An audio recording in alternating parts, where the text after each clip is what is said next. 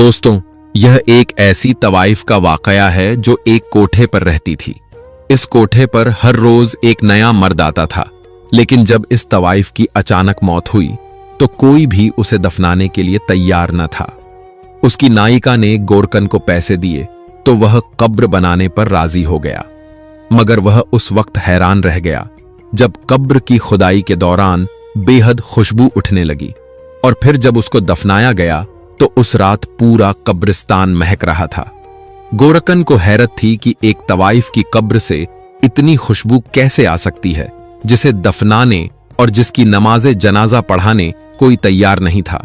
फिर भी अल्लाह के यहां उसका इतना बुलंद दर्जा कैसे हो सकता है? इस तवाइफ ने ऐसा कौन सा अमल किया था कि वह अल्लाह के यहां इतनी मकबूल ठहराई गई? अगर आप भी यह सब जानकर हैरान हैं और यह पूरा वाकया तफसील से जानना चाहते हैं कि इस तवाइफ ने ऐसा कौन सा अमल किया था, तो आपको हमारी आज की पूरी वीडियो देखनी होगी, क्योंकि यह अमल एक ऐसा अमल है जिसे सुनकर आपके होश उड़ जाएंगे। इसलिए वाकया को मुकम्मल जरूर समझिएगा। अब्बा की मौत के बाद मैं बिल्कुल अकेला रह गया था। घर में खाने के लाले पड़ गए थे। तब मां कहने लगी, बेटा तुम अपने अब्बा की जगह पर जाकर नौकरी कर लो, मेहनत करोगे तो इसमें क्या बुराई है। मां की बात सुनकर मुझे गुस्सा आ गया था। अरे मां, मैं कैसे गोरकन का काम कर सकता हूं? मुझे तो कब्रों से वहशत होती है, कब्रिस्तान से खौफ आता है। मैं पूरी रात इन कब्रों के दरमियान कैसे गुजारूंगा मां? मुझसे नहीं होगा। लेकिन जब मैंने मां को बीमारी की हालत में रोते हुए देखा और घर में खाने को कुछ नहीं था, तब मैंने कड़वा घूंट भरा। मां, मैं अब यह नौकरी करने को तैयार हूं। मैं आज ही चौधरी साहब से जाकर बात करता हूं कि वह मेरे लिए गोरकन की नौकरी का बंदोबस्त करवा दें। मैंने देखा था कि चौधरी साहब बहुत परेशान थे कि गांव में कोई गोरकन की नौकरी करने के लिए तैयार नहीं है। एक दो बार उन्होंने मुझे पैगाम भी भेजा था, मगर मैंने इनकार कर दिया था। मैं अपनी पढ़ाई छोड़कर मजदूरी करने लगा था। मैं तो कब्रिस्तान के नाम से ही खौफ खाता था। गोरकन की निस्बत मुझे मजदूरी करना आसान लग रहा था, मगर पिछले कुछ दिनों से बारिशें थीं, मौसम बहुत खराब था। लोगों ने काम करवाना तो छोड़ ही दिया था। बड़े बड़े ठेकेदार भी घर में हाथ पर हाथ रखकर बैठे हुए थे। तो मैं क्या चीज था? हमारे गांव में जो कब्रिस्तान था वह मरकजी कब्रिस्तान की हैसियत इख्तियार कर चुका था, क्योंकि उसके आसपास बहुत से इलाके ऐसे थे जो हमारे ही गांव से मुंसलिक थे, और वे अपने मुर्दों को दफनाने के लिए इसी कब्रिस्तान में आते थे, जो काफी रकबे पर फैला हुआ था। चौधरी साहब मेरी बात सुनकर मुतमईन हो गए और कहने लगे, रोजाना कितने ही मुर्दे दफन होने के लिए आते हैं, कितने लोगों के लिए कब्रें बनानी पड़ती हैं, और यह काम गांव के लड़के मुश्किल से करते हैं। चलो, अच्छा किया तुम इस काम के लिए तैयार हो गए। तुम्हें मैं तनख्वाह भी ज्यादा दूंगा। और यूं मैं अब इस कब्रिस्तान में गोरकन था। शुरू में मुझे बहुत डर लगता था, मगर अब जैसे मैंने इन्हीं कब्रों को अपना दोस्त बना लिया था। महीने में एक आध बार जाता, अपनी मां से मिलता और फिर उन्हें तनख्वाह देकर कुछ पैसे अपने पास रखकर वापस आ जाया करता था। मेरे लिए खाना चौधरी साहब के घर से ही आता था, इसलिए मुझे खाने का भी कोई मसला नहीं था। यूं मां का इलाज अच्छे से हो रहा था और घर का गुजारा भी। अब मां मेरी शादी के भी ख्वाब देखने लगी थी, मगर अभी मैं खुद को इस सब के लिए जहनी तौर पर तैयार नहीं कर रहा था। यह उस दिन की बात है जब रात के वक्त मेरे पास एक औरत आई थी। कब्रिस्तान में रात के वक्त एक औरत को देखकर मैं डर गया। मेरे जहन में सबसे पहले यह ख्याल आया कि यह औरत नहीं है, यह कोई चुड़ैल है, कोई बदरूह है, कोई पिछलपेरी है। भला रात के वक्त कब्रिस्तान में किसी औरत का क्या काम? वह कहने लगी, भाई साहब, आपसे एक जरूरी बात करनी है। मुझे यकीन है कि आप मुझे इनकार नहीं करेंगे।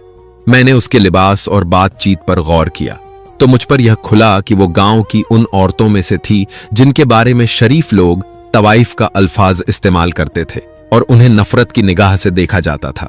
वह रात की स्याही में कितने ही गांव के चौधरी और जमींदार इस मोहल्ले में जाकर अपनी हवस बुझाते थे, अपने गुनाहों की स्याही में इजाफा करते थे, मगर दिन के उजाले में वे उनसे नफरत का इजहार करते थे। मुझे आज तक यह समझ नहीं आया था कि गांव से इन लोगों को निकाला क्यों नहीं जा रहा, जो गांव के नौजवानों और बच्चों को खराब कर रही हैं। यकीनन यह गांव के चौधरियों और जमींदारों की शह पर ही वहां रह रहे थे। अब उसकी बात पर मैंने नागवारी से देखा और कई कदम पीछे हटकर खड़ा हो गया।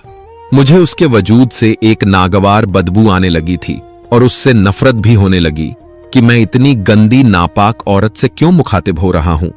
वह कहने लगी, मेरी एक साथी का इंतकाल हो गया है, उसे मैं रात के अंधेरे में ही दफनाना चाहती हूं। अब मैं चौंका। क्या मतलब? वह कहने लगी, मैंने तो बिल्कुल साफ बात की है कि मेरी एक साथी का इंतकाल हो गया है और मैं उसका रात के वक्त ही जनाजा करवाना चाहती हूं, क्योंकि यह उसकी वसीयत थी कि उसका जनाजा शाम के वक्त हो ताकि किसी नामहरम की उस पर नजर न पड़े।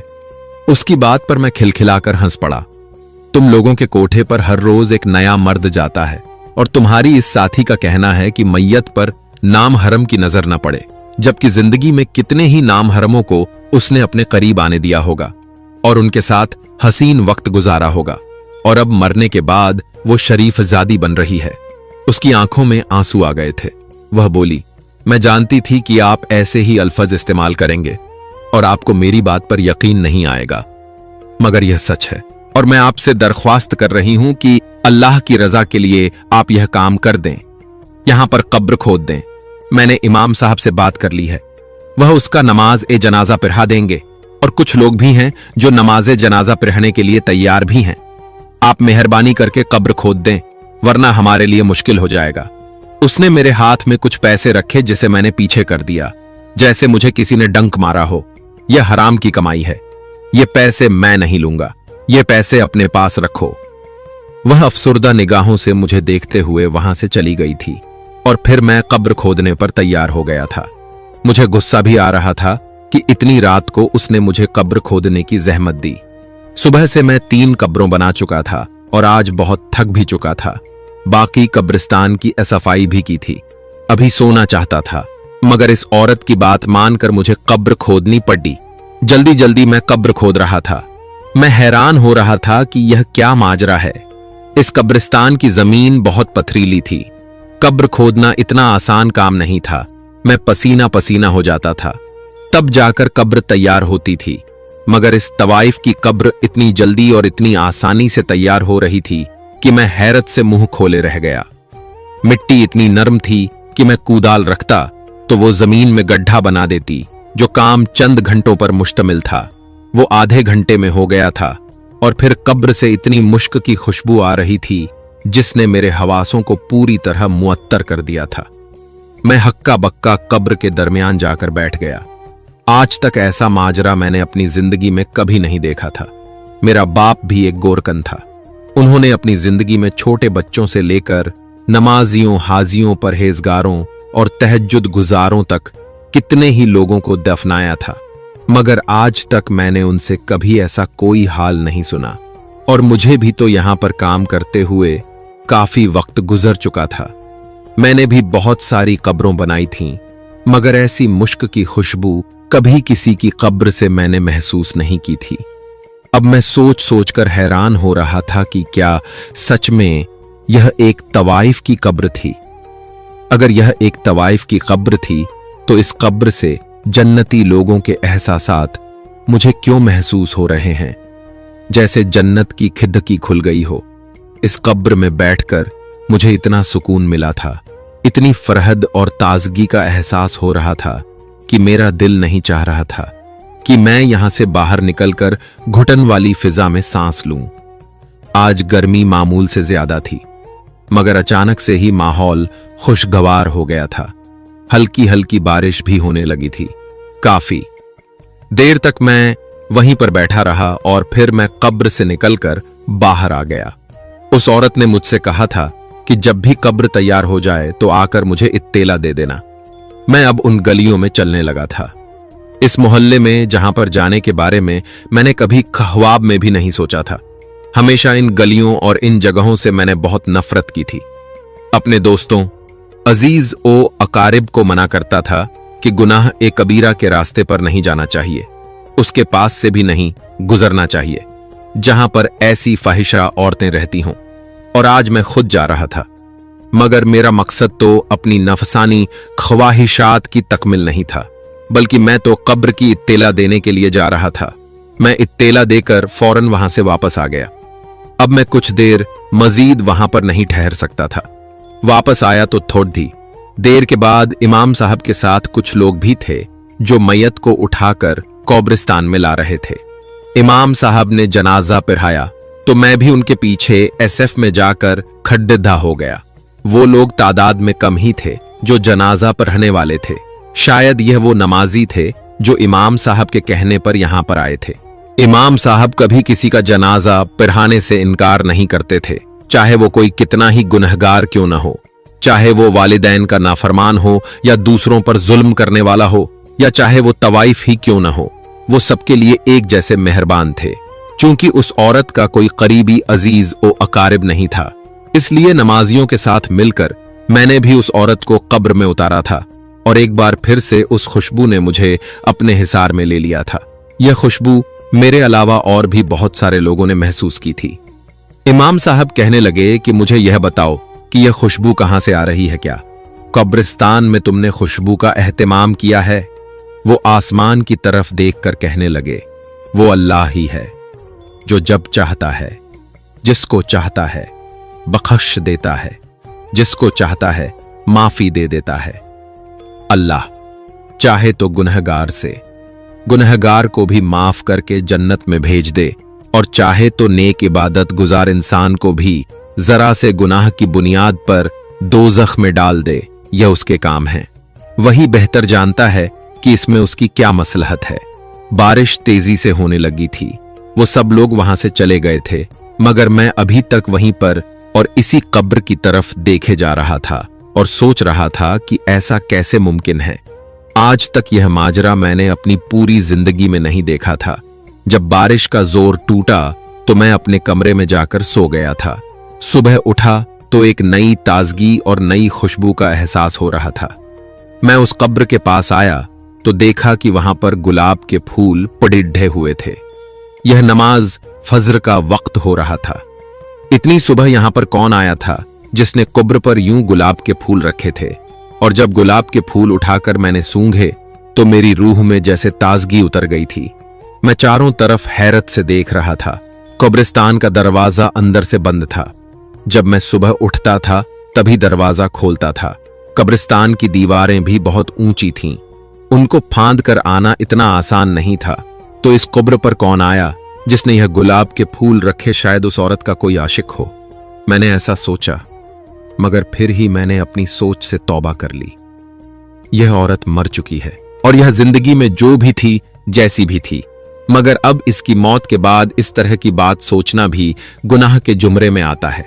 मैं कौन होता हूं किसी के आमाल के बारे में अंदाजा लगाने वाला। अब हर रोज का यही मामूल बन चुका था। रोजाना उसकी कब्र पर गुलाब और मोतिये के फूल होते थे जो पूरा दिन तक ताजा रहते। उनसे ऐसी मुश्क की खुशबू आती कि इस पास से गुजरने वाले लोग भी एक बार उस कब्र की तरफ मुतवज्जे हो जाते और मुझसे पूछते, यह कब्र किसकी है? जब मैं कब्र के बारे में बताता तो वो हैरान रह जाते। अरे, एक तवाइफ की कब्र पर ऐसी रौनक आज तक नहीं देखी। ऐसा कौन है जो बाकायदगी से आता है? कुछ लोग कहते, हो सकता है कि उसका कोई आशिक हो जो मरने के बाद उसे भूला ना हो। फिर लोग कह कहे लगाकर वहां से चले जाते।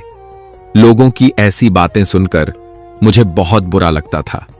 तब मैं सोचता कि इस औरत ने ऐसी कौन सी नेकी की है जो उसकी कब्र जन्नत के बागों में से एक नमूना बन के रह गई है। मैंने सोचा कि मुझे इस जगह पर जाना चाहिए। उन लोगों से पूछना चाहिए कि इस औरत ने ऐसी कौन सी नेकी की है जो उसे ऐसा अजर मिला, ऐसी जजा मिली। अल्लाह ने उसे मरने के बाद इतना इनाम ओ इकराम से नवाजा जो आज तक मैंने किसी और को मिलते हुए नहीं देखा। कुछ तो था ऐसा जो यह औरत नेकी का काम कर रही थी। यही सोचते हुए मैं उसी जगह की तरफ चल पड़ा था।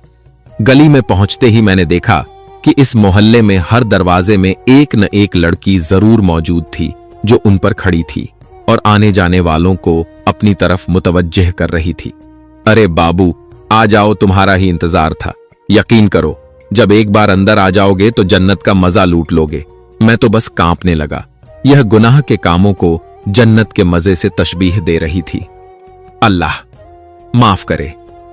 थोड़ा सा आगे आया तो एक और लड़की ने भी ऐसे ही बेहुदा अंदाज में इशारे करते हुए निहायत वाहियात बातें की।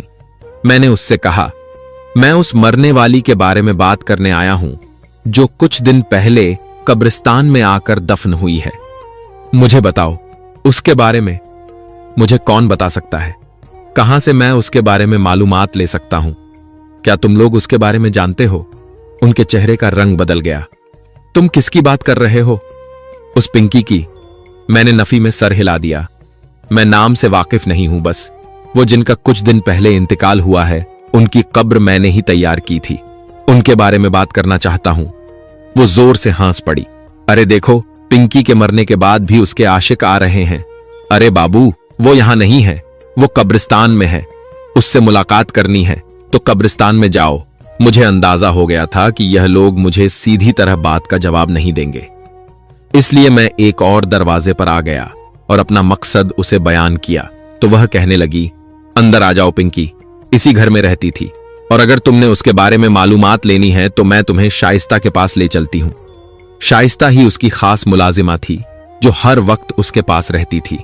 उसकी सहेली भी थी जो मालूमात हमें से कोई और नहीं दे सकता। मैं उस औरत के पीछे चल पड़ा था और फिर वो मुझे लेकर एक ऐसी औरत के कमरे में आई थी जो बाकी तवाइफों की तरह ही सजी संवरी थी, मगर उसकी आंखों में एक अजीब सी चमक और उदासी नजर आती थी। वह एक नौजवान लड़की थी जो शायद उम्र में मुझसे चंद साल बड़ी थी, मगर अपने चेहरे पर मासूमियत की वजह से वो अपनी उम्र से चंद साल कम नजर आती थी। वो कहने लगी, बताओ बाबू, कैसे आना हुआ? मुझे आपसे पिंकी के बारे में बात करनी है, उसी लड़की के बारे में जिसकी कुछ दिन पहले मौत हुई है। वह तानिया हैरान रह गई। आप उसके बारे में मुझसे क्या बात करने आए हैं, जबकि आप जानते भी हैं कि वह मर चुकी है? फिर मैं कुछ देर खामोश रहा कि बात कहां से शुरू करूं। फिर मैंने उसे सब कुछ बताया। कब्र खोदने से लेकर आज तक वह हैरान होकर देखे जा रही थी। उसकी आंखों से आंसू बह रहे थे। फिर वह जार कतार रोने लगी। कभी वह अपने सर पर हाथ मार रही थी तो कभी चेहरे पर रोते रोते वह निढाल हो गई। मैं घबरा गया। बगल में पानी का जग पड़ा हुआ था। मैंने जल्दी से जग से पानी गिलास में डालकर उसे दिया। पानी पीकर उसके होश कुछ बेहतर हुए। कहने लगी, आप दोबारा मुझे बताएंगे कि क्या हुआ? क्या सच में उस पिंकी की कब्र से खुशबू आ रही थी और उसकी कब्र की मिट्टी इतनी नर्म थी जैसे आपको महसूस हुआ कि उसकी कब्र में जैसे जन्नत की खिड़की खुल गई है? मैंने कहा, हां, मुझे ऐसे ही महसूस हुआ था कि जैसे वह कब्र जन्नत का ही एक हिस्सा है, क्योंकि आज तक ऐसी खुशबू मैंने कभी महसूस नहीं की। उस कब्र में ऐसी मिठास, ऐसी ताजगी, इतना सुकून था जो शायद दुनिया के नर्म से नर्म बिस्तर पर भी नहीं होगा। इसलिए मैं यह सोचने पर मजबूर हो गया कि अगर वह एक तवाइफ थी तो उसकी कब्र में इतना सुकून कैसे, और यह खुशबू, यह तो मैंने कभी किसी हाजी की कब्र पर भी नहीं देखी। कभी किसी तहज्जुद गुजार परहेजगार यानी नेक से नेक औरत भी इस कब्रिस्तान में दफन हुई है। इतनी मेरी उम्र हो गई है, आज तक न सुना, न कभी देखा। क्या मुझे बता सकती हो कि वह ऐसा कौन सा अमल करती थी जो उसके लिए ऐसी बख्शिश का, ऐसे सुकून का सबब बना? वह कुछ देर खामोश रह गई। कहने लगी, हम दोनों बचपन से ही साथ हैं। जब हमारी आंख खुली तो हमने खुद को उसी कोठे पर देखा था जहां पर हर रोज एक नया मर्द ग्राहक बनकर आता था। जब हम छोटी थीं तो हमें तरबियत दी गई कि लोगों को कैसे अपनी तरफ खींचना है, ग्राहक का दिल कैसे बहलाना है, उसे कैसे अपनी मुट्ठी में करना है। जिस उम्र में आप लोग बच्चियों को कुरान पाक पढ़ना सिखाते हैं, स्कूल भेजते हैं, घर के काम सिखाते हैं, उस उम्र में हमें मर्दों के जज्बातों के साथ खेलने के दांव पेंच सिखाए गए। हमें नाच सिखाया गया और गाना सिखाया गया। हर वह चीज सिखाई गई जिससे हम किसी मर्द का दिल लुभा सकते थे। हमें यह सब बुरा नहीं लगता था। मैं तो इस माहौल में खुश भी थी कि मुझे यह सब अच्छा लगता है, सब कुछ अपनी मर्जी से करना। और 18 की उम्र में ही मेरे कुछ लड़कों के साथ रिश्ते भी बन गए थे जो नियमित रूप से उस कोठे पर आते थे। उनकी भी दिल से जुड़ी भावनाएं मेरे साथ जुड़ गई थीं, इसीलिए वह रोजाना ही वहां पर आते। मेरे दिल में मोहब्बत के जज्बात पैदा होने लगे। जब मेरी मां को पता चला कि मैं अपने ग्राहक से मोहब्बत करने लगी हूं, तब मां ने मुझे बहुत मारा। कहने लगी, यह ग्राहक सिर्फ पैसा कमाने का एक जरिया है, यह घर बसाने का, मोहब्बत करने का रास्ता नहीं है। खबरदार, अगर मैंने तुम्हें दोबारा किसी के लिए ऐसे जज्बात दिल में छुपाए देखा, तब मुझे पता चला था कि हम तवायफों की क्या औकात होती है।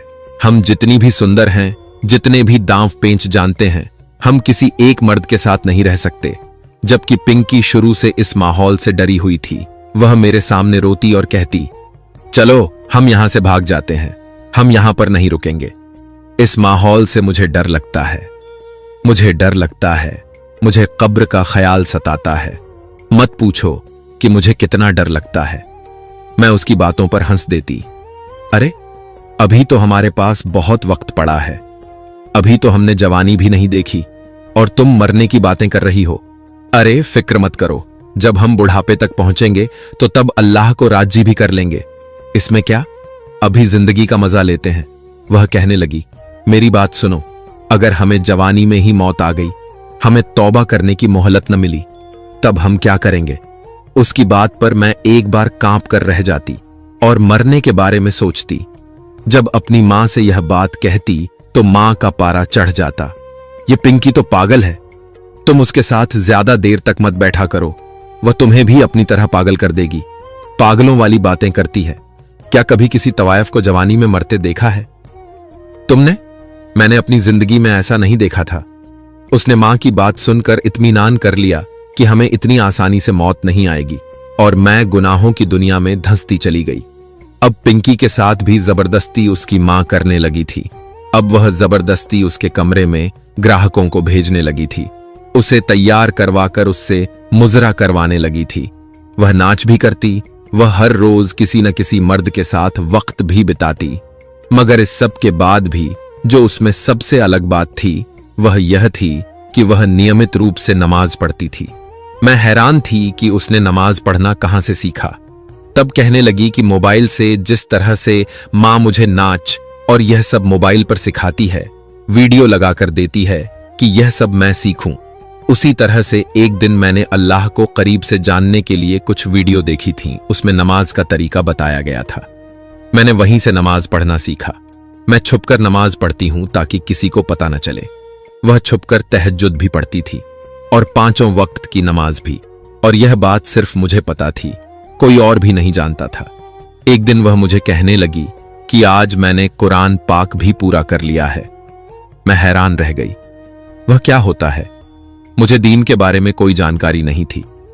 तब उसने मुझे बताया कि अल्लाह की किताब जो उन्होंने आखिरी नबी पर उतारी। मैं हैरानी से उसकी बातों को सुन रही थी। यह सब यहां पर कभी किसी ने नहीं बताया था। वह अल्लाह की बातें करती, नबी की, दीन की, इस्लाम की, और मैं हैरानी से उसकी सारी बातों को सुनती जाती। एक दिन वह मुझे कहने लगी, हम यहां से भाग चलते हैं किसी दूसरी जगह पर जहां पर हमें कोई न जानता हो। मैं उसकी बात पर हंस पड़ी थी। अरे, इन लोगों को हमारे इस ख्याल के बारे में पता चला तो ये हमें जान से मार देंगे। तुम क्यों बात को नहीं समझती पिंकी? हम लोग यहां से नहीं निकल सकते। हमारे लिए जिंदगी इतनी आसान नहीं है। हम कभी भी यहां से निकलकर नहीं जा सकते। इसलिए बेहतर यही है कि इसी जिंदगी को कबूल कर लो। मगर वह तो कभी भी इस चीज के लिए तैयार नहीं हो रही थी। एक दिन मुजरा कर रही थी जब मेरे पास बाद में कहने लगी, आज मैंने एक ऐसा आदमी देखा है जिसकी आंखों में हया थी, मेरे लिए मोहब्बत थी।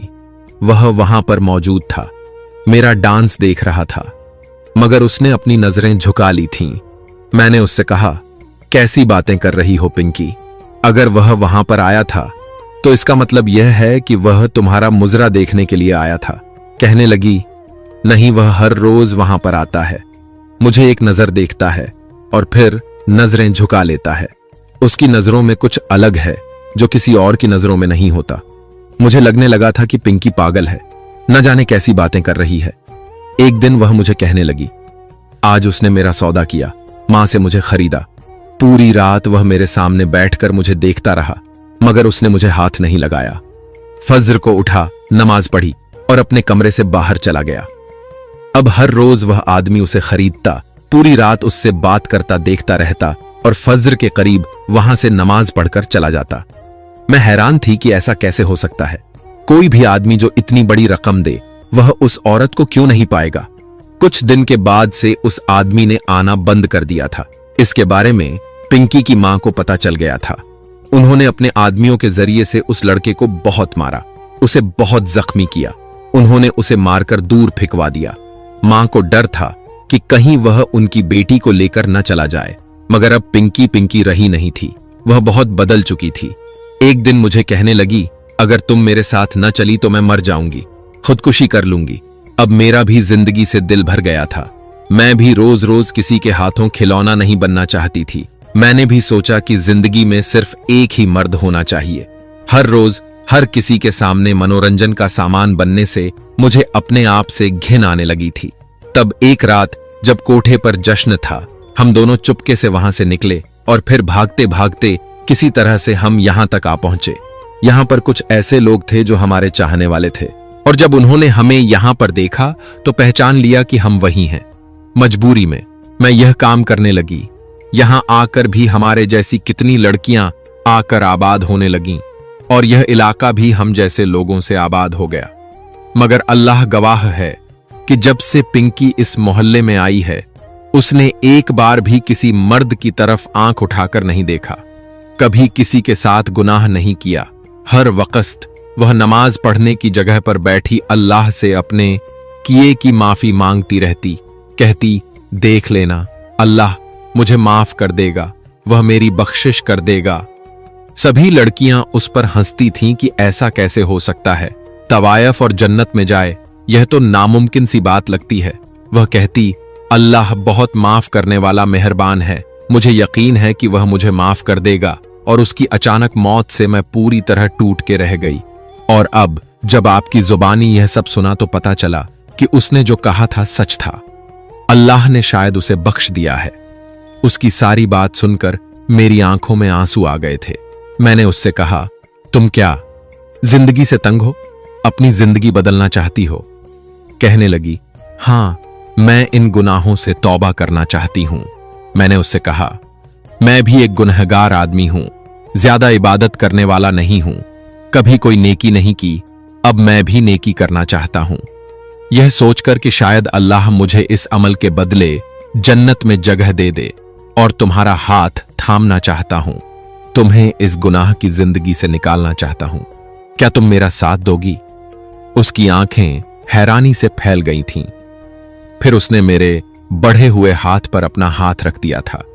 मैं उसे लेकर वहां से आ गया, सीधा मस्जिद में गया। इमाम साहब के सामने अपनी ख्वाहिश जाहिर की तो कहने लगे, बेटा, यह सब इतना आसान नहीं है। यह गांव के लोग तुम्हें जीने नहीं देंगे, तुम्हें बार बार इस बात का एहसास दिलाएंगे, तुम्हें चैन नहीं लेने देंगे। मैंने उनसे कहा, यह सब छोड़कर मैं कहीं और चला जाऊंगा, अपनी जिंदगी शुरू कर लूंगा, मगर मैं इस नेकी से पीछे रहने वाला नहीं हूं, जिस नेकी की तौफीक मुझे अल्लाह ने दी है। इमाम साहब ने हमारा निकाह पढ़ाया। घर आया तो मां चीखने चिल्लाने लगी, यह क्या किया तुमने? एक तवायफ से निकाह कर लिया। मैंने मां के मुंह पर हाथ रख दिया। तवायफ यह पहले थी, मां जो हो चुका वह उसका अतीत था। अब यह मेरी बीवी है, एक इज्जतदार औरत है।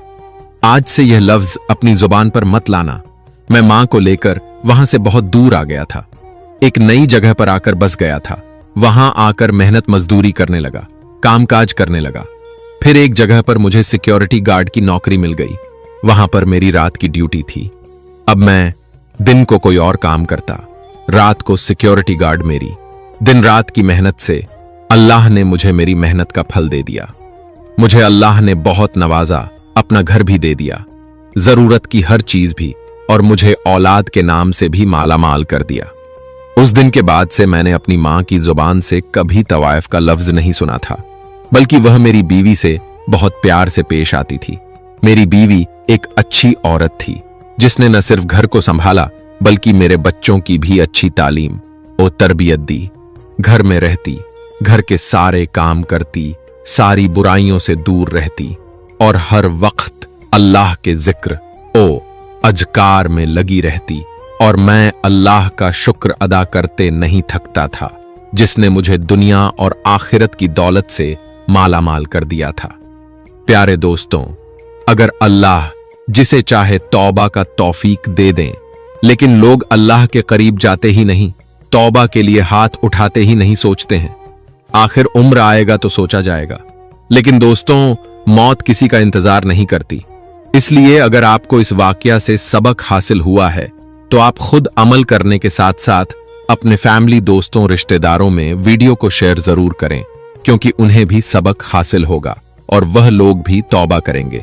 और चैनल को सब्सक्राइब करके कमेंट बॉक्स में अस्तगफिरुल्लाह जरूर लिखें। शुक्रिया।